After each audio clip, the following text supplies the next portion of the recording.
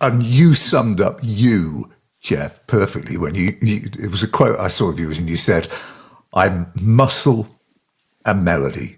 And I love the contrast between the two. And contrast we do have in abundance here. There is muscle and there is a lot of melody. And there's another M. I call it the three M's because you have to, the last M is memorable.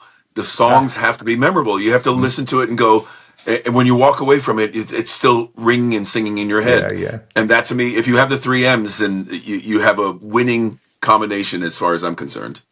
One of the best then on the album for me, okay, was Poison Tears. You know, never too late to change a story's end. Great line in that poignant message here.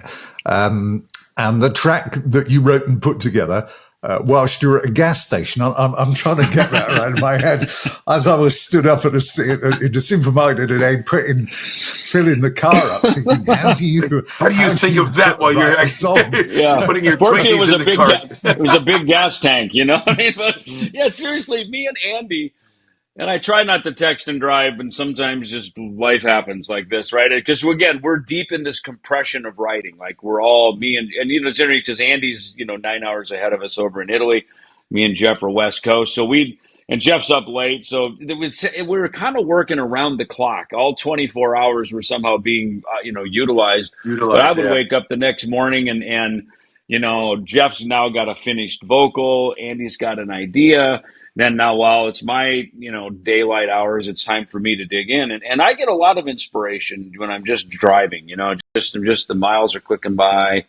And it just hit me about that. Andy had sent an idea over to me about something, or we were just talking about something, and I went, "Oh my God, this is perfect!" And literally, I swiped the card, put the gas in. I'm just like reading off the word. It's just flowing out of me, and that's how my writing sessions go. Is all of a sudden, like this record, there was this sort of 3 to 4 week period where me, Jeff, and Andy were just deep in it every day, and we were just grinding. And it wasn't like it was grinding hard work. It was like someone just turned on a faucet and the three of us, it was just pouring out, Yeah. that's how Poison Tears. And I agree, boy. I remember clearly when we were getting the mixes back from Chris Collier.